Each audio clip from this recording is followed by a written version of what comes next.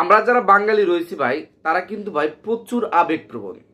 একটা বিষয় দেখলেই কিন্তু আমরা কেঁদে ফেলি, আমরা সেটা নিয়ে কিন্তু মানে তুমুল আলোচনা করে ফেলি। আমরা যদি সোশ্যাল মিডিয়ায় একজন যদি কান্না করে বা কোনো কিছু করে, সেটা নিয়ে কিন্তু শেয়ার আর শেয়ার, কমেন্টস আর কমেন্টস, বিভিন্ন কিছু করে ফেলি, ব্লগ ভিডিও বানাই, বিভিন্ন কিছু সেটা নিয়ে আর সমালোচনা ঝড় তুলে ফেলি। কিন্তু আমরা এর পিছনের নৈপথ্য কারণ কি, সেটা কিন্তু আমরা বাঙালি ভাই কখনোই খোঁজ করি না।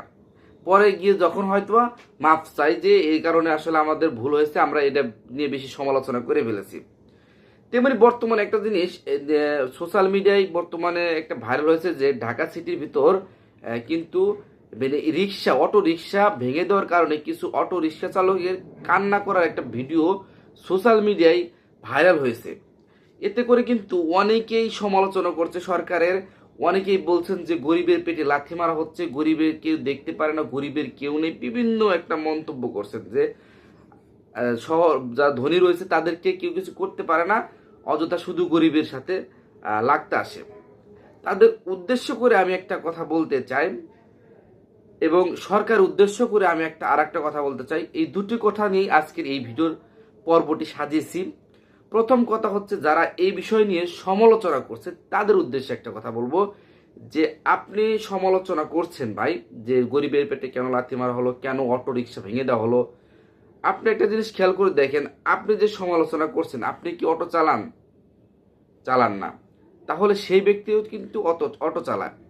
আসলে ঢাকা সিটির ভিতর যদি কেউ যাতায়াত করে থাকেন, এই অটো রিক্সার কারণে যে পরিমাণ মানে সমস্যার মুখে পড়তে হয়। একটা জিনিস, ঢাকাতে গেলে যদি কোনো ইম্পর্টেন্টের কাজে যান বা যদি কোনো রুগীকে হসপিটালে নিয়ে যান, দেখা যাচ্ছে রুগী হসপিটালে যাওয়ার আগেই সে না ফেরার দেশে চলে যায়।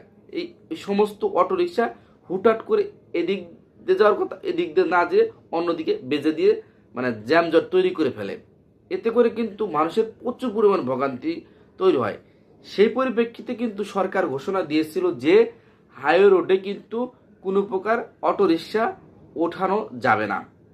কিন্তু সেই অটোরিকশাকে ধরার জন্য বিভিন্ন সময় ফাঁদ পাতা হয়েছিল, বিভিন্ন কিছু করা হয়েছিল। কিন্তু অটো রিক্সা চালকরা ভাই নাছোড়বান্দা, তাদের টিপ মারতেই হবে, তাদের মানে একটা কাজ করতেই হবে। যার কারণে কিন্তু তারা ওই হাইওয়ে রোডের উপর উঠেছে, এবং হাইওয়ে রোডের উপর ওঠার সাথে সাথে কিন্তু পুলিশ তাদের অটো রিক্সা ঘুরে ভেঙে মুচড়ে দিয়ে সেটিকে কিন্তু ভাই নিয়ে গেছে। এটা কিন্তু অটো রিক্সা চালক অপরাধ করেছে ভাই, এটা কিন্তু আপনার মানতে হবে। কারণ যেহেতু সরকার একটা নিষেধাজ্ঞা চলছে, সেখানে কিন্তু অবশ্যই কিন্তু এটা মানতে হবে। আপনি যদি না মানেন, আমি যদি না মানি, শুধু শুধু আমরা যদি সরকারের দোষ দেই, তাহলে কিন্তু ভাই ফলাফল কখনোই আমরা কাঙ্ক্ষিত ফলাফল পাবো না। হ্যাঁ, আবার অনেকেই বলছেন যে অটো রিক্সা চালকরা খাবে কি? ভাই অটো না যারা না চালায় তারাও কিন্তু বাঁচে না যে এমন না। হ্যাঁ, সেই ক্ষেত্রে কিন্তু তারা অন্য কোনো পেশায় নিয়োজিত হতে পারে। এই সবাই যে অটো চালাতে হবে এমন কিছু না। এই অটোর কারণে কিন্তু ঢাকা শহরে প্রচুর জ্যাম লেগে থাকে। আর দ্বিতীয় বিষয়টা যেটা হচ্ছে সরকারের উদ্দেশ্যে, এই যে আপনি অসহায় দরিদ্র মানুষের যে আপনি অটোগুলো ভাঙলেন হুটহাট করে, এটাও কিন্তু আসলে কাম্য হয় নাই। কারণ সে অন্যায় করেছে, তাকে ওয়ার্নিং দেন, বা প্লাস হচ্ছে আপনার অটোর বিকল্প কী হিসাবে করা যায় সেটা বের করেন। আর অথবা মানুষের যে চাকরির ব্যবস্থা বা বিভিন্ন ব্যবস্থা, ইনকামের যে ব্যবস্থা, সেটা আপনার করে দেন। তাহলে মানুষ অটো চালাবে না। সমস্যা কি?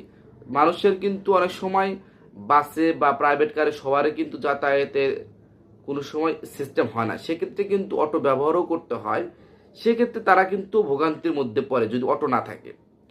সেক্ষেত্রে অটোর বিকল্প কি থাকতে পারে সেটি কিন্তু আপনারা বের করে দেন। যারা অটো চালায় তারা কিন্তু সেটা চালাবে, সেটা চালিয়ে তারা সংসার এর যে খরচ সেটা নিবারণ করবে।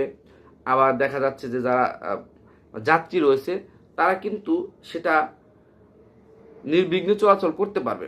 সেই দুটো দিকই কিন্তু বিবেচনা করতে হবে। একটা হচ্ছে অটো চালকের দিকেও বিবেচনা করতে হবে, আর একটা হচ্ছে এই সরকারের দিকেও বিবেচনা করতে হবে। তো অযথা ভাই আমরা কিন্তু সমালোচনা না করে আমরা এগুলো সমাধান করার চেষ্টা করি।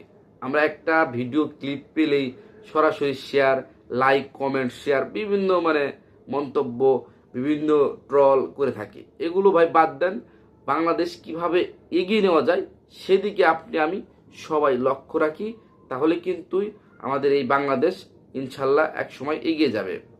তো ভিডিওটি ভালো লাগলে অবশ্যই চ্যানেলটি সাবস্ক্রাইব করবেন এবং পেজ হতে পেজটি ফলো দিয়ে রাখবেন।